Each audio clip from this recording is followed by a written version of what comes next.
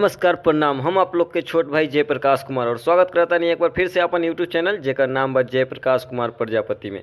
तो आज हम बात करे वाला बानी अवधेश प्रेमी के एगो बहुत ही ब्रांड ऑर्केस्ट्रा वीडियो बा जौना के नाम बाटे एगो विकेट दूगो बॉल बा। वीडियो बहुत ही ब्रांड बा, वीडियो के शूटिंग भी बहुत अच्छा कल गई बा। ई गाना के पूरा सुने के चाहता नहीं तो RCA music Bhojpuri YouTube channel पर उपलब्ध बा या हमारे डिस्क्रिप्शन से भी सुन सकते हैं। चलिए वीडियो को स्टार्ट करते हैं।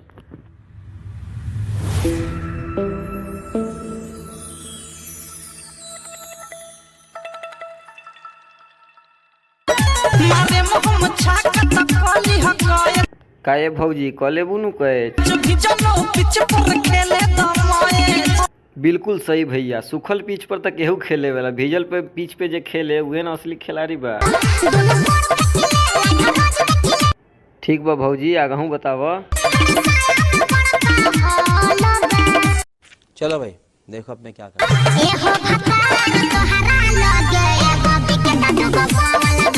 स्टार्ट करो। इसी के साथ वीडियो को समाप्त करते हैं। वीडियो कैसा लगा हमारे कमेंट बॉक्स में ज़रूर बताएं और वीडियो अच्छा लगा तो हमारे वीडियो को लाइक कर दें। हमारे चैनल पे नए हैं तो हमारे चैनल को सब्सक्राइब जरूर कर दें। यह गाना बहुत ही ब्रांड है, एक बार जाकर जरूर सुनें। हमारे डिस्क्रिप्शन में लिंक है।